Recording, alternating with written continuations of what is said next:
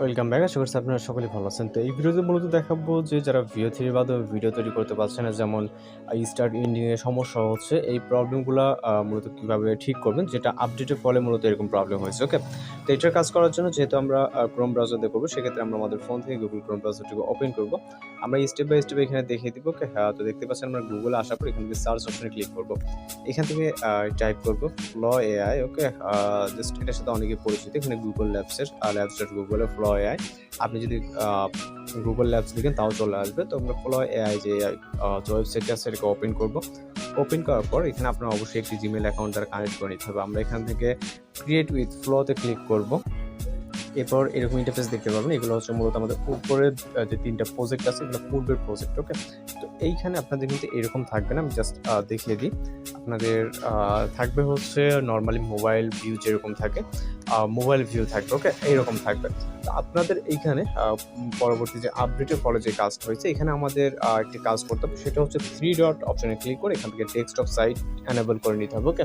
Just check mark দিলে আপনার automatically desktop সাইটে দেখবেন যে এনেবল হয়ে গেছে। এরপর আপনি এইভাবে ডেস্কটপে যেভাবে দেখাচ্ছে আপনি জুম ইন জুম আউট করে দেখতে পারবেন।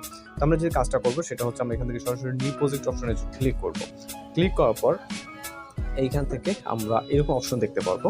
এরপর আমরা যদি কিছুটা আপনার জাস্ট আমি যদি দেখে আপনাদের থাকবে এইরকম। ওকে? এখানে এইরকম থাকবে। এখানে আপনি প্লাস আইকনে ক্লিক করলে আপনার কোনো হচ্ছে স্টার্ট বা এন্ডিং দেখতে পারবেন না।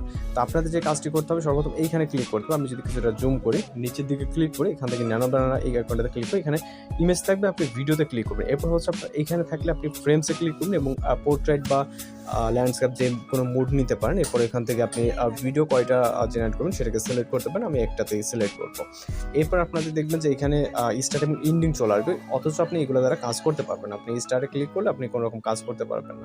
তো এখন আমাদের যে কাজটি করতে হবে, এখান থেকে আমরা যে পজিশনে ছিলাম এই ভিডিও থেকে আমরা উপরের দিকে যদি জুম করি, ওকে? এখানে যে উপর এখান থেকে আপনি প্লাস আইকন দেখতে পারবেন। প্লাস আইকনে ক্লিক করে আপলোড ইমেজে ক্লিক করবেন।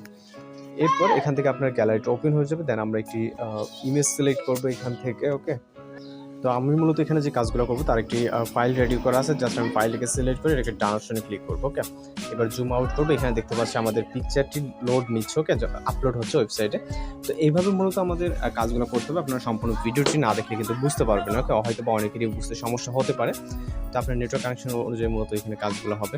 পিকচারটি জাস্ট কয়েক সেকেন্ডের ভিতরে এখানে আপলোড কমপ্লিট হয়ে যাবে অলরেডি প্রায় শেষের দিকে। ওকে? আর পিকচারটা আপলোড হয়ে গেলে আপনি পিকচারের উপর একটা ক্লিক করবেন। এখান থেকে আমরা এখান থেকে শিওর হয়ে ব্যাক করব। এরপর আমরা এখান থেকে নিচের থেকে স্টার্টে ক্লিক করব। ওকে?